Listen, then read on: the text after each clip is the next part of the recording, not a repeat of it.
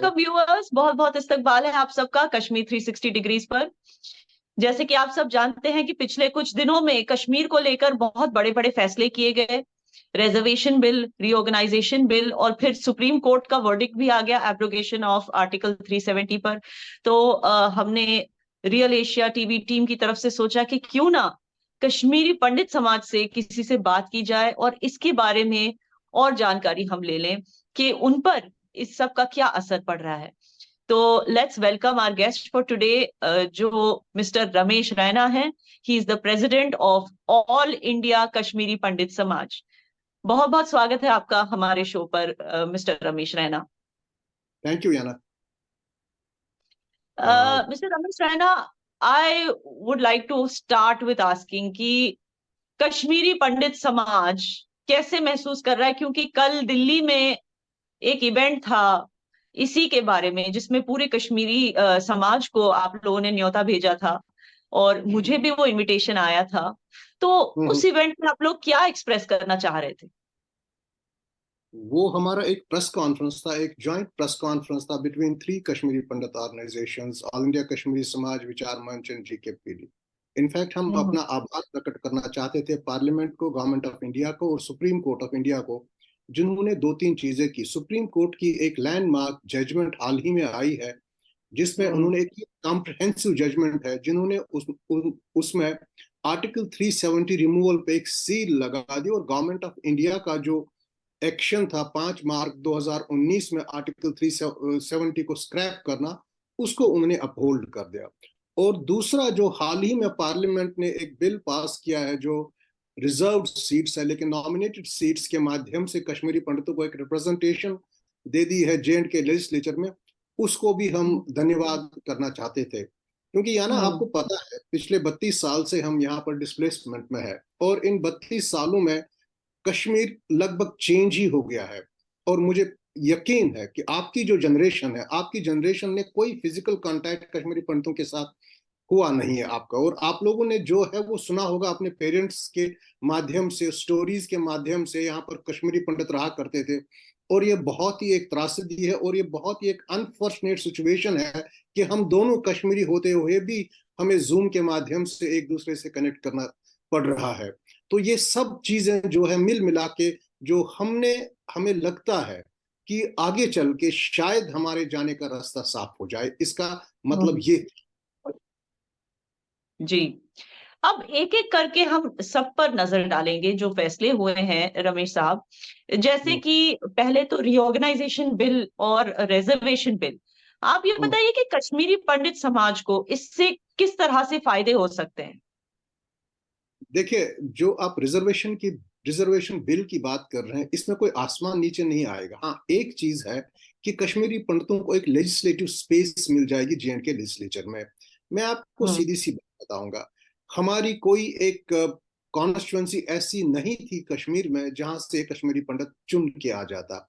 हाँ, एक कॉन्स्टिट्यूंसी थी, हबा कदल कॉन्स्टिट्यूंसी, जिसमें प्रिडोमिनेंटली कश्मीरी पंडित रहा करते थे और कई सालों से वहां पर कश्मीरी पंडित इलेक्ट होके आते थे। जैसे बहुत फेमस नाम है DP दर साहब, श्यामलाल सराफ साहब और भी कई दिग्गज लोग जो वहां से इलेक्ट होके आते थे। मगर एनसी का कहना है कि जब लेजिस्लेटिव असेंबली हुआ करती थी तब वहां पर कोई पंडित हांडू नाम के थे और ऐसे नाम के कई जो है लेजिस्लेटिव असेंबली में कई लोग थे जो कश्मीरी पंडित को, कम्युनिटी को रिप्रेजेंट करते थे। ये कहाँ तक सच है? देखिए, ये सच नहीं है। हंडू साहब, no doubt he was a law minister, he was a very capable minister in National Conference government. लेकिन हंडू साहब इलेक्ट होके आए हैं पहलगाम कॉन्स्टिट्यूंसी से और नेशनल कॉन्फ्रेंस की टिकट पे। और जब हम नेशनल कॉन्फ्रेंस की बात करते हैं तो हंडू साहब कश्मीरी पंडितों को रिप्रेजेंट नहीं करते थे। हंडू साहब रिप्रेजेंट करते थे नेशनल कॉन्फ्रेंस को, एक पॉलिटिकल पार्टी को, और ये एक फंडामेंटल डिफरेंस है।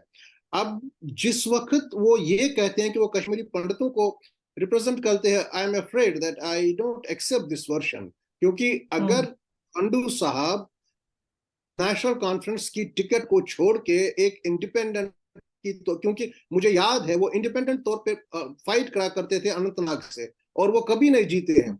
जिस वक्त वो नेशनल कॉन्फ्रेंस की टिकट से पहलगाम कॉन्स्टिट्यूंसी से आए तो वो नेशनल कॉन्फ्रेंस की टिकट पे आए। तो ये कहना बिल्कुल गलत है कि हंडू साहब कश्मीरी पंडितों को रिप्रेजेंट करते थे।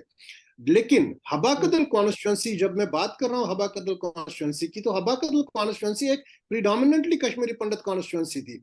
लेकिन जब स्टेट गवर्नमेंट ने एक जेरी मैंडरिंग कॉन्स्टिट्यूंसीज की, और उस जेरी मैंडरिंग में Haba Kadal became victim of that gerrymandering, उससे क्या हुआ, उसका जो कश्मीरी पंडित मेजोरिटेरियन कैरेक्टर है वो खत्म हो गया। प्रिडोमिनेंटली कश्मीरी पंडित जो वहां से वो खत्म हो गया। तो पिछले 20 साल से हमने कोई ऐसा कश्मीरी पंडित नहीं देखा है जो पॉलिटिकल वॉइस बन के आए, जो पॉलिटिकल रिप्रेजेंटेशन दे कश्मीरी पंडित को लेजिस्लेचर में। और ऐसे चलते हुए कश्मीरी पंडित दूर होते गए और वक्त एक आया, जैसे उमर साहब अपना कैबिनेट चला रहे थे, उमर साहब के कैबिनेट में कोई कश्मीरी पंडित नहीं था, जबकि फारूक साहब ने एक स्टेटमेंट दे दिया था, पब्लिक स्टेटमेंट, की विजय बकाया कश्मीरी पंडितों को लीड कर लेंगे, वो हमारे मंत्री होंगे नेक्स्ट कैबिनेट में। और उमर साहब ने उस चीज को वो मान के नहीं चले। तो ऐसे में हमारे पास बहुत सारी दुविधाएं हैं। एक दुविधा तो ये है कि हम कश्मीर के बाहर है पिछले 32 साल से। दूसरी दुविधा ये है कि हमारी कोई पॉलिटिकल वॉइस नहीं है, पॉलिटिकल रिप्रेजेंटेशन नहीं है। और इस चीज को चलते हुए जब ये 2 सीटें नॉमिनेट करके आ जाती है, रिजर्व हो जाती है, ये भी कश्मीरी पंडितों के लिए नहीं है, ये कश्मीरी माइग्रेंट्स के लिए है। और कश्मीरी माइग्रेंट्स में, हाँ मैं मानता हूँ प्रिडोमिनेंटली कश्मीरी पंडित्स है, लेकिन बाकी लोग भी उसमें शामिल है। तो ऐसे में हम एक ही चीज देखते हैं कि शायद हमें एक लेजिस्लेटिव स्पेस मिल सकता है JNK के लेजिस्लेचर में। हालांकि कश्मीरी पंडितों का मानना था, जब हम डीलिमिटेशन कमीशन के पास गया था, जब मैंने अपना टीम ले लिया था साथ उनके, तो मैंने एक तजवीज उनके सामने रखी थी कि एक सांगा टाइप कॉन्स्टिट्यूंसी, एक नोशनल कॉन्स्टिट्यूंसी के तौर पे कश्मीरी पंडितों के लिए गठन किया जाए। एक सांगा कॉन्स्टिट्यूंसी सिक्किम में है जिसकी कोई बाउंड्रीज नहीं है, it's a territory less constituency, जिसमें सिर्फ 3200 बुद्धिस्ट मॉन्क्स और 60 नन्स वोटर्स हैं, और वही वोटर्स वहां इलेक्शन लड़ सकते हैं। तो ऐसे मैंने उनसे आग्रह किया था, क्योंकि हमारी कोई लेजिस्लेटिव कॉन्स्टिट्यूंसी नहीं है, कोई पॉलिटिकल कॉन्स्टिट्यूंसी नहीं है कश्मीर में। अगर एक नोशनल कॉन्स्टिट्यूंसी का गठन किया जाए तो हमारे मसले काफी हद तक लेकिन सॉल्व क्या हो आपको सकते हैं। तो लगता है कि उस तरह का गठन नहीं हुआ, लेकिन ये जो रिजर्वेशन किया गया वो कुछ कुछ वही मकसद पूरा करता है जो आप उसके थ्रू पूरा करना चाहते थे उस देखिए नोशनल कॉन्स्टिट्यूएंसी की तरफ से? देखिए ये 2 चीजें हैं। एक तो इलेक्टेड कॉन्स्टिट्यूंसी का मतलब कुछ और ही होता है, कुछ मजा और ही होता है। और जो नॉमिनेशन है, nomination will always have political considerations. आज भारतीय जनता पार्टी की सरकार है, तो भारतीय जनता पार्टी चाहेगी कि जो उनकी आइडियोलॉजी को परस्यू करेंगे या बाकी चीज पर, हाँ, उनको वहां उनको पर नॉमिनेट चांस, किया जाए।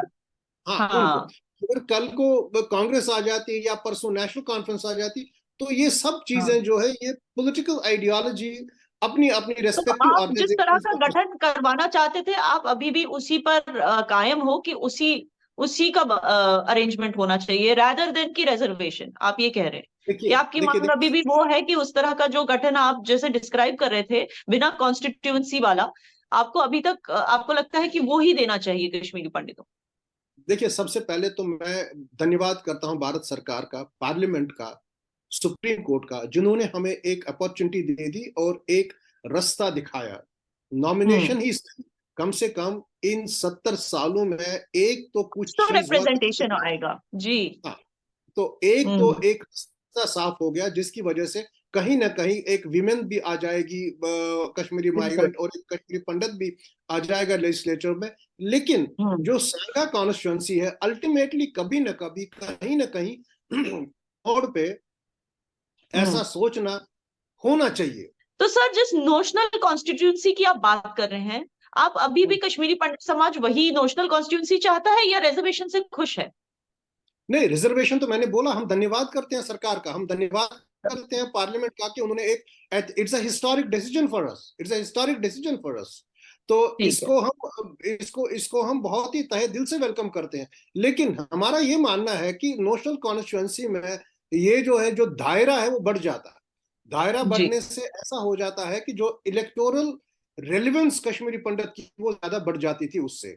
क्योंकि आप जी। ये देख लीजिए, आज की डेट में जिस हिसाब से भारत की डेमोक्रेसी है, भारत की डेमोक्रेसी है एक रोबस्ट डेमोक्रेसी है जिसमें हर किसी की आवाज पार्लियामेंट तक पहुंचती है।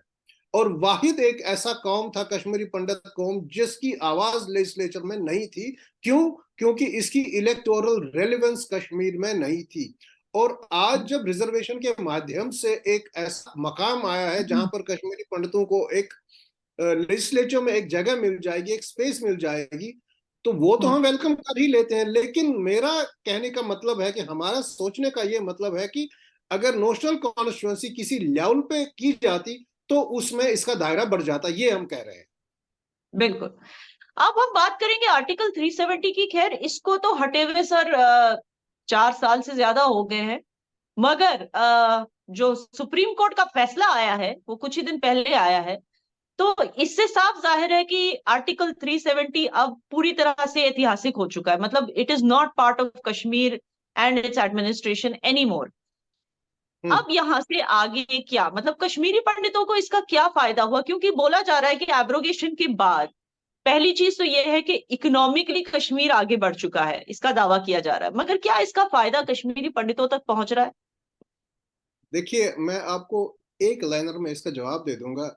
Article hmm 370 was mother of separatism, और हम्म सेपरेटिज्म की वजह से टेररिज्म हो गया, और टेररिज्म की वजह से ये मकाम आ गया कि एक कौम को वहां से निकालना पड़ा, एक कौम निकल गई वहां पर, कश्मीरी पंडित कम्युनिटी वहां से निकल गई। और हम्म आप खुद ही देख लीजिए, कई बार हम दोनों टीवी डिबेट्स में आए हैं, बहुत बार बातचीत हो गई, जो आपका पॉजिटिव आउटलुक था पोस्ट आर्टिकल 370, मैं उसी को आर्टिकुलेट करके आपके साथ बात करूंगा। आप ये देख लीजिए, आर्टिकल 370 के बाद कुछ चीजें ऐसी हो गई जो हमने कभी कल्पना मात्र नहीं किया होगा। फॉर एग्जाम्पल G20 हुआ, और G20 has been a huge success. आप ये हम्म देख लीजिए, आज स्मार्ट सिटी कश्मीर की ओर बन रहा है। मैं अभी हाल ही में घंटाघर लाल चौक पे कुछ तस्वीरें देख रहा था यूट्यूब में, और जो मेरे जमाने का वो घंटाघर था और उस आज के घंटाघर में जमीन और आसमान का अंतर है।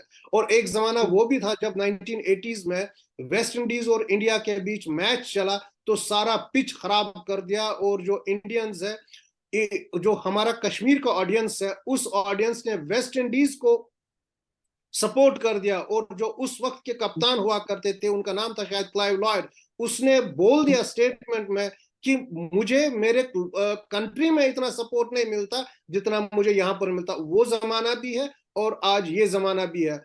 और जिस वक्त हम पोस्ट 370 कश्मीर की बात कर रहे हैं, तो मुझे लग रहा है कहीं ना कहीं जिस जनरेशन को, क्योंकि आप ये देख लीजिए, कम से कम 3-4 जनरेशन खराब हो गए, पोस्ट 47 जनरेशन सिर्फ ये कहते कहते कश्मीर एक मुतनाजिर इलाका है। और आज हाँ की जो जनरेशन है, पोस्ट 5 अगस्त 2019 की जो जनरेशन है, कम से कम उनमें एक एक एक रेस्पेक्टेबिलिटी आ गई है कि दैट वी आर हाँ Indians and we belong to जी, इंडिया। उनके दिमाग में एक्सेप्टेंस आ कहीं गई नहीं है। है अपनी इंडियन आइडेंटिटी को लेकर, सब में एक्सेप्टेंस आ गई। ये बात सही है, यहाँ तक सारा कुछ आपने सही कहा, लेकिन जो वैली में रहते हैं उनको फायदे बहुत हुए हैं। लेकिन मैं कह रही हूँ कश्मीरी पंडित समाज जो ऑलरेडी कश्मीर से निकल चुका है, अब उनको किस तरह से बेनिफिट्स हो रहे हैं एब्रोगेशन के बाद, मैं ये जानना चाहती देखिए, ये हम बेनिफिट जो हम ये क्वांटिफाई नहीं करेंगे, हम ये क्वांटिफाई इस तरह नहीं कर सकते कि जैसे 2+2=4 होता है।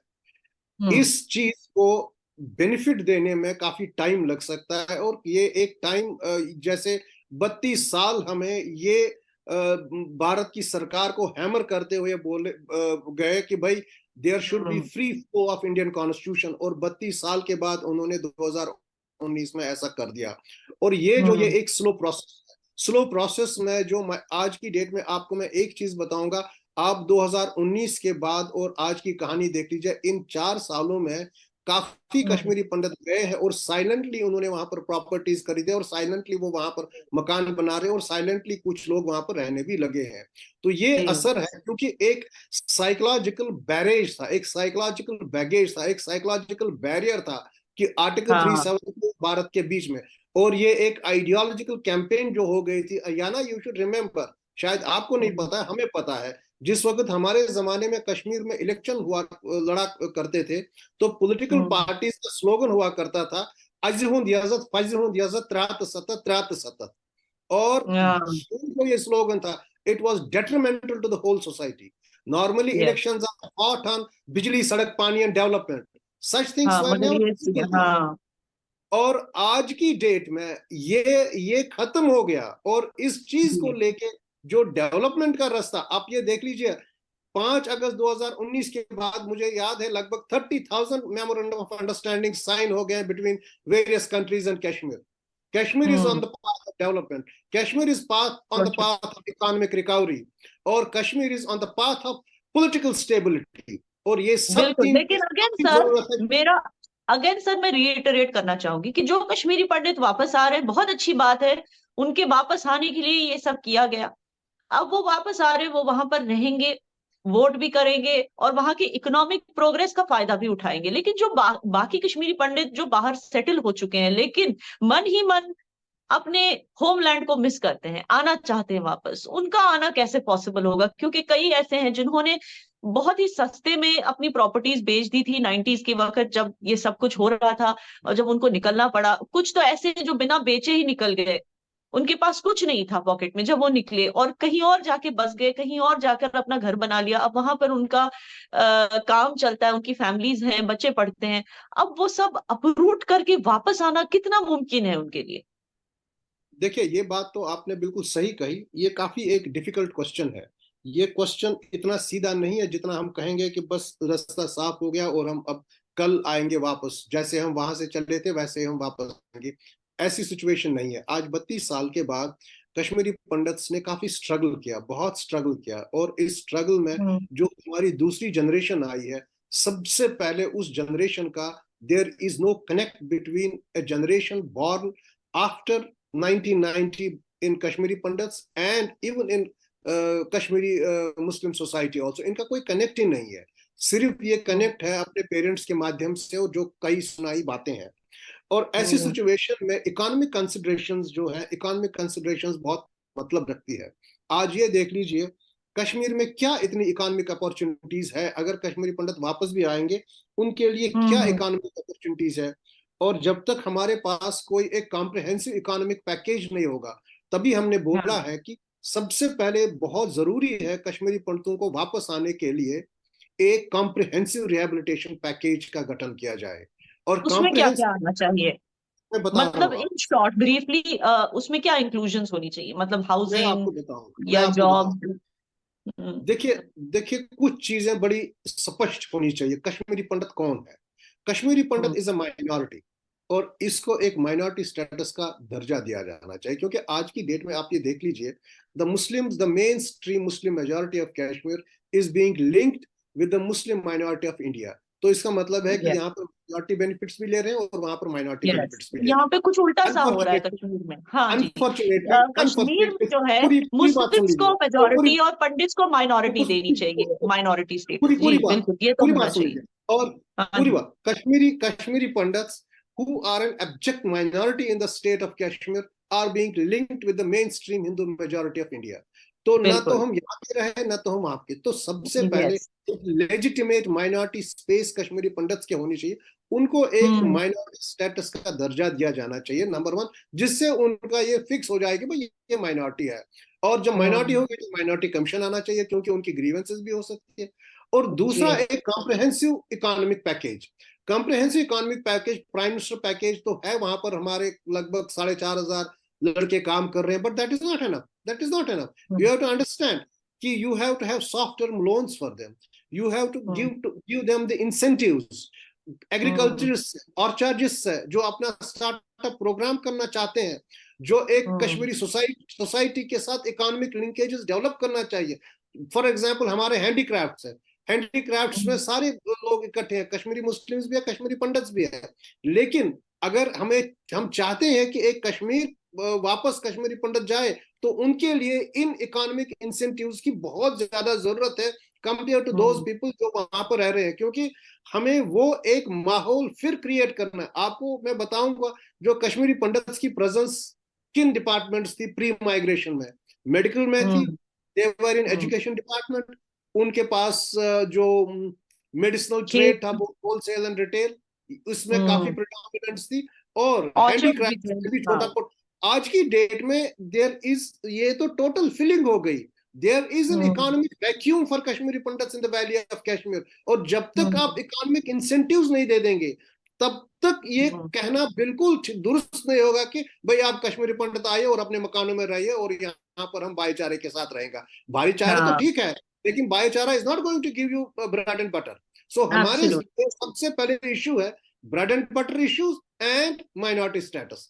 ये दो बिल्कुल। चीज और दिस विल गिव ये राइज टू। चीजें मुझे लगता है सर, ये चीजें जो आप कह रहे हैं बहुत ही जायज मांगे हैं और इनको पूरा करना बहुत जरूरी है, रीजन बीइंग। और अगर ये पूरे नहीं होते हैं, वैसे आई एम ऑल्सो थैंकफुल कि गवर्नमेंट ऑफ इंडिया स्टेप्स ले रही है, 32 साल बाद ही सही मगर ले तो रही है। लेकिन ये जरूरी इसलिए है क्योंकि अगर हम माइनॉरिटीज की हालत देखें पाकिस्तान में क्या हो रही है, because of not having an economic status, because of not having minorities protection status, ये सब उनको नहीं दिया जा रहा, उस वजह से जो उनकी हालत वहां पर है आज आप देख सकते हो वो कितनी तशद्दुद में है इस वक्त। तो ये चीज कश्मीरी पंडितों के साथ कश्मीर में नहीं होनी चाहिए, इसके लिए आपकी मांगे पूरी तरह से जायज हैं। मैंने आपको बड़ा क्लियरली बोला है कि 32 साल के बाद हाँ। हमें आज एक रे ऑफ होप मिलता है कि हम गवर्नमेंट ऑफ इंडिया के साथ बातचीत कर ले। सुप्रीम कोर्ट की जजमेंट आई है, खास तौर पे जो जस्टिस कौल ने वो जजमेंट दे दिया है कि जो कश्मीरी पंडित एग्जोडस था ये वॉलंटरी नहीं था, ये उन पे थोप दिया गया था। और जो उन्होंने ट्रूथ एंड रिकंसिलिएशन की बात कर दी है, ये एक माइलस्टोन डिसीजन है, ये एक मेजर डिसीजन बिल्कुल। है विच जी। Forms part of the comprehensive supreme court judgement. और इस यस। जजमेंट में अगर element of truth and reconciliation होता है कि जी। हमारा मानना है, 1994 में नेशनल ह्यूमन राइट्स कमीशन ने एक जजमेंट दिया था कि जो कश्मीरी पंडितों के साथ हुआ है it is akin to genocide.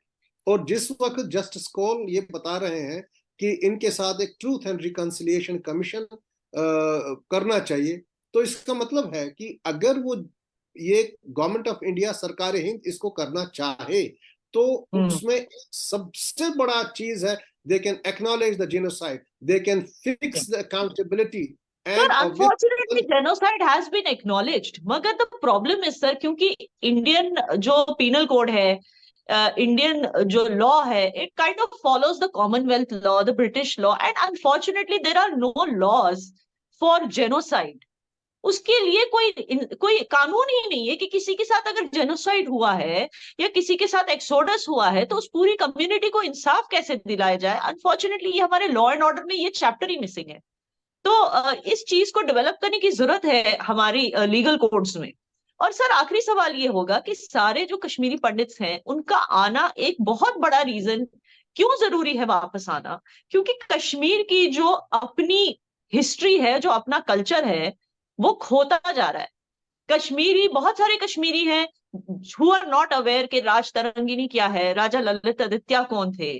ये सारा जो कश्मीर का रिच हिस्ट्री है, ये लोगों को बताना और लोगों में एक अवेयरनेस फैलाना बहुत जरूरी हो गया है। तो इसके लिए भी जरूरी है कि कश्मीरी पंडित वापस आए, क्योंकि वो लोग अवेयर हैं, कश्मीरी पंडित अवेयर हैं कि कश्मीर की रियल हिस्ट्री एक्चुअली क्या थी, कश्मीर के हीरोज कौन थे, जैसे राजा ललित आदित्य, राज तरंगिनी, ये सारी चीजें जो है, शारदा स्क्रिप्ट, इन सारी चीजों को at the same time resurrection of old temples, क्योंकि इससे जो है रिलीजियस टूरिज्म भी बढ़ेगा, again that will be a boost to the economy, और साथ ही साथ लोगों को अपने कल्चर के बारे में अवेयरनेस आएगी।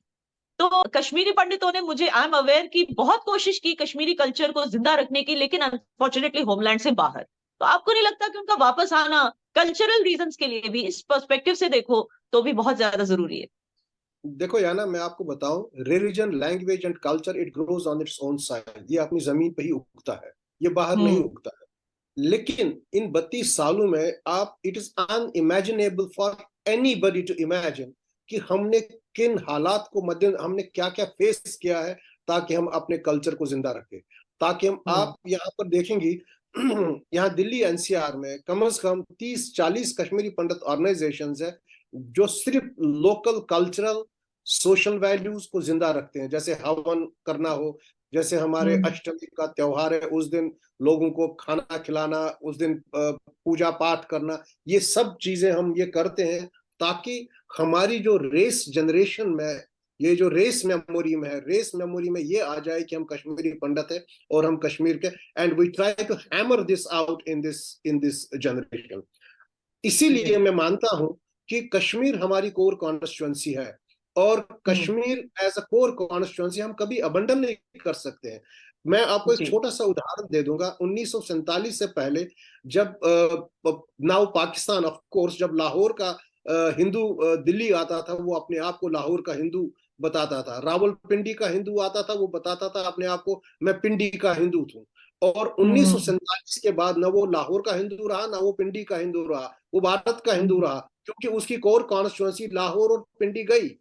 हम भी चाहते हैं कि हमारी कोर कॉन्स्टिट्यूंसी कश्मीर है, और हमारी कोर कॉन्स्टिट्यूंसी, और जब तक हमारी कोर कॉन्स्टिट्यूंसी जिंदा रहती है, और मुझे यकीन है कहीं ना कहीं किसी न किसी हालत में, बेशक वो टूरिज्म के माध्यम से हो, क्यों आप ये देख लीजिए, मैं आपको एक बताऊंगा, जितने भी हमारे रिलीजियस टेम्पल्स हैं वो पूरे कश्मीर के लैंडस्केप्स में छाए हैं, और हर जगह छोटी छोटी कम्युनिटीज बन गई है जो उनका लुक आफ्टर कर रही है, और वहां पर उन्होंने छोटी छोटी धर्मशालाएं बनाई है, और जहां से लोग जाते हैं, बेशक छोटे छोटे नंबर में जाते हैं, वहां पर जाते हैं, 2-3 महीने बैठते हैं, वहां पर हवन करते हैं, पूजा करते हैं, फिर 2-3 महीने के बाद आके वो अपने अपने रेस्पेक्टिव जगहों में जाते हैं। तो ये एक इंपॉर्टेंट डेवलपमेंट है, और इससे क्या हम करते हैं, इससे हम अपना कश्मीर कनेक्ट इंप्रूव करते हैं। और जहां तक मेरा मानना है, अगर ये इस डेवलपमेंट में पेस गति आ जाती है, तो मुझे लगता है काफी हद तक हमारा कश्मीर, जो हमारी पेस ऑफ एक्सपेक्टेशंस है, वो इंक्रीज हो जाती है। अभी आप देख लीजिए टीटवाल में मंदिर बना, वहां पर शारदा पीठ का एक छोटा सा एग्जाम्पल जैसा वहां पर खड़ा किया है।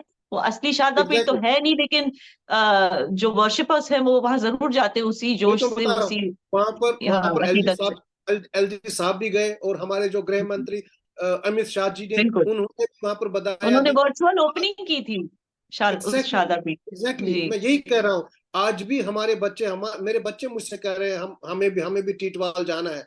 तो ये जिज्ञासा जो ये जाग रही है, और आप ये देख लीजिए वो रीजन टीटवाल की वजह से अब मशहूर हो गया, उस रीजन में इकोनॉमिक एक्टिविटी कितनी इंप्रूव हो जाएगी।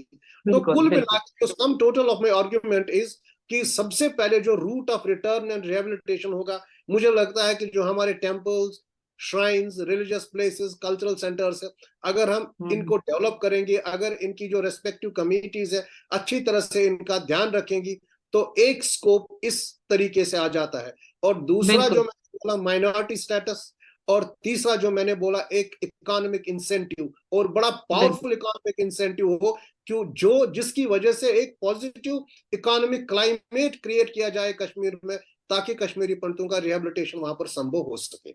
ये मैं तो ये हमारी भी यही उम्मीद है कि गवर्नमेंट ऑफ इंडिया जो कोशिशें कर रही है कश्मीरी पंडितों के लिए, वो कोशिशें जारी रहे, और उनका वापस आना बहुत जरूरी है, क्योंकि इससे कश्मीर में रहने वाले हर बाशिंदे का फायदा है, सिर्फ कश्मीरी पंडित का नहीं। बहुत बहुत शुक्रिया मिस्टर रमेश रैना हमें ज्वाइन करने के लिए, एंड व्यूअर्स बहुत बहुत शुक्रिया हमारा शो देखने के लिए। जुड़े रहिए हमारे साथ रियल एशिया टीवी पर। Thank you, God bless you, thank you so much. Thank you sir.